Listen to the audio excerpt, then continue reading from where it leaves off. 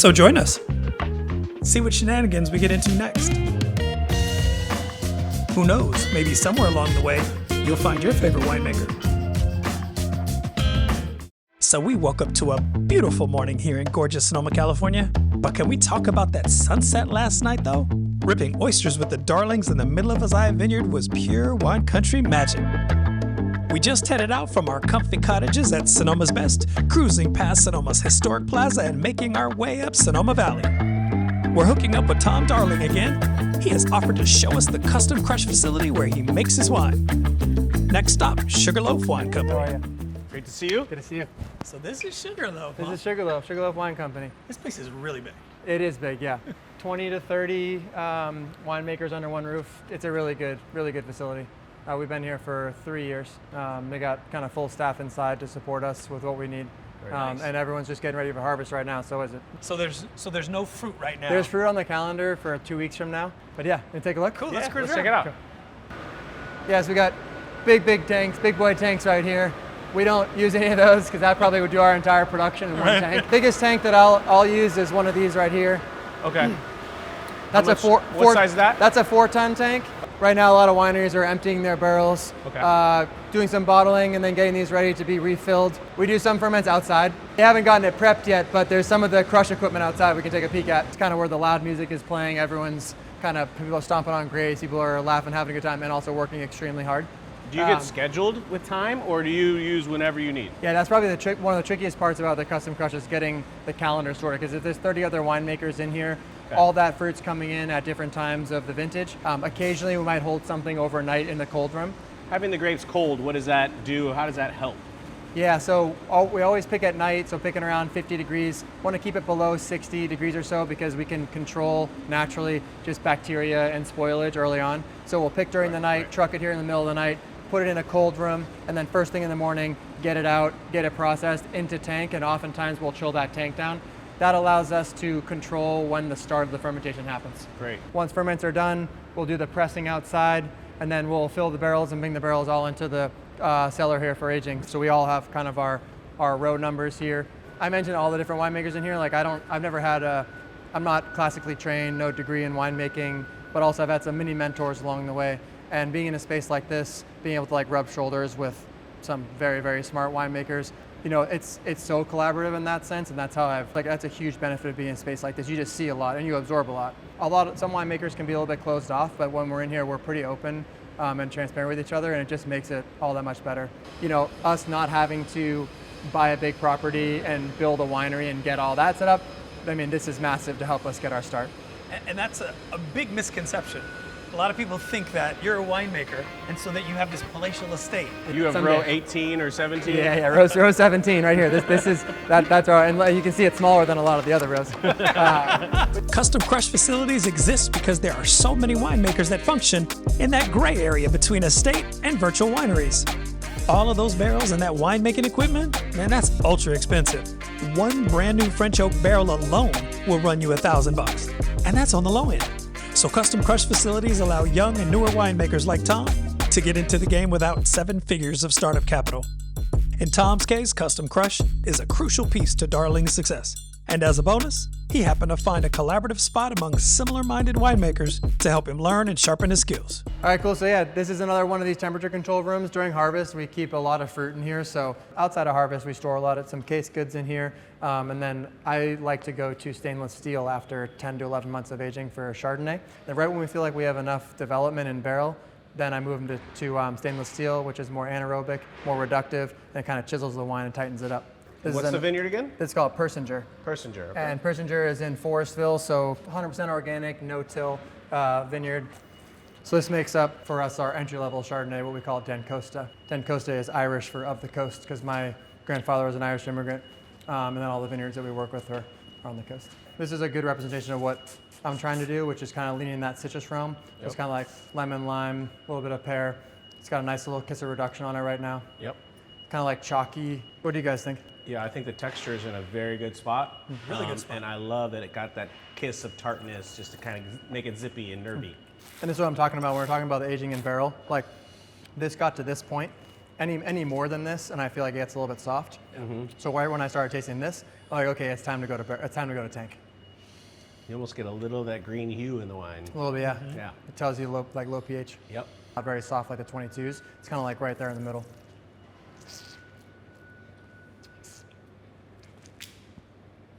You're supposed to hit the grape. I missed it. Jeez.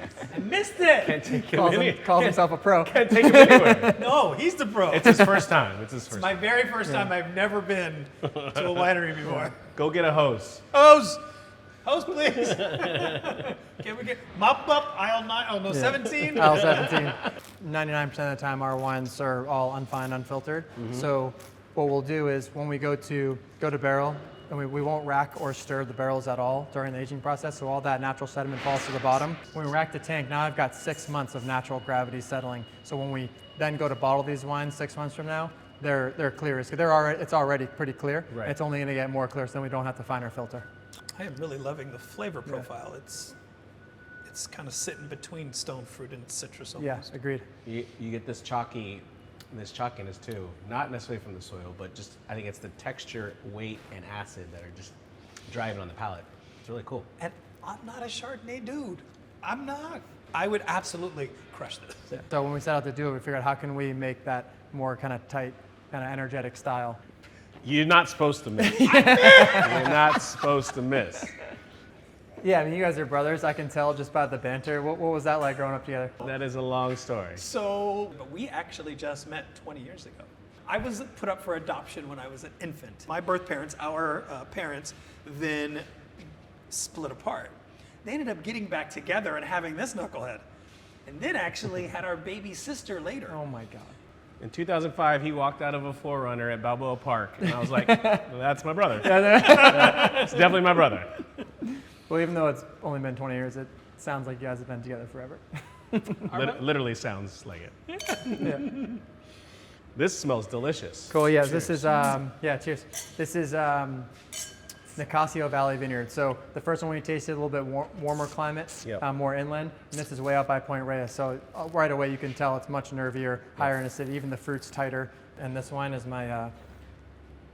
called Antonio Mountain Vineyard. It's epic to the wine too. Yeah, there is a little kind of that mint or eucalyptus, or there's a little, There's a little the high herbal. spice going on, yeah. This whole block is bordered by eucalyptus growth. I get a lot of that. Yeah. When I'm walking out in this vineyard at 9 o'clock in the morning sampling fruit, and that dense fog is pulling all that eucalyptus oil into the vineyard, Yeah. you're tasting the grapes and they're sweet and they have that mintiness to them. Like, to me, that's sense of place right there. That Totally. goes into terroir. I'm not kicking any of these off of my dinner table. Yummy. I like where that one's at a lot. Yeah. We just tasted that Nicasio Valley Vineyard. I found that vineyard in 2023 and it happened to be split 1 acre between half an acre of Pinot and half an acre of Chardonnay. I said, maybe we start trying to make our first sparkling project. Okay. So harvested in 2023 and pressed it for sparkling, aged it, and then got it in Tirage right now. Wow. So we should totally pop one of those open. Let's do that. Yeah, all right? Say less. But you're opening it. Yes! Yes! I don't like you right now. This is going to be amazing. We did the primary fermentation, and then we put the wine back into bottle, started the secondary fermentation, and now it's been fermenting in this bottle for about 8 months now.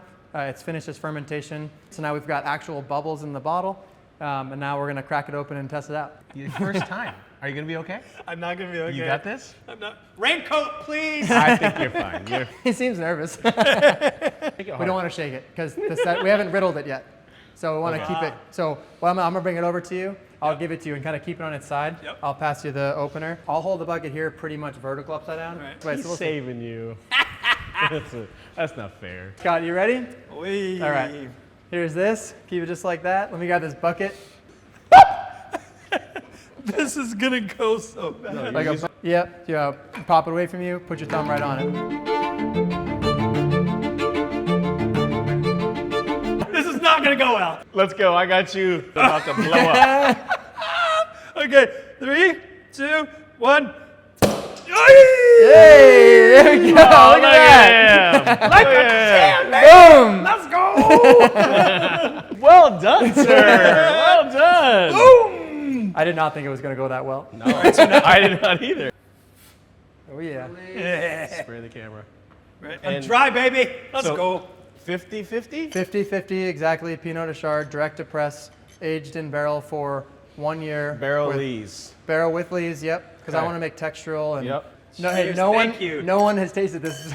Yeah, we're the first to taste Yeah. this. Letting it just sleep for a year before you can even start this is Oh man, I mean, scary and a big investment. and we're hopefully going to get it all bottled up and ready for release this holiday season. I think we had a little too much fun at Sugarloaf Wine Company. But I blame that all on Tom because, well, he always brings the good stuff.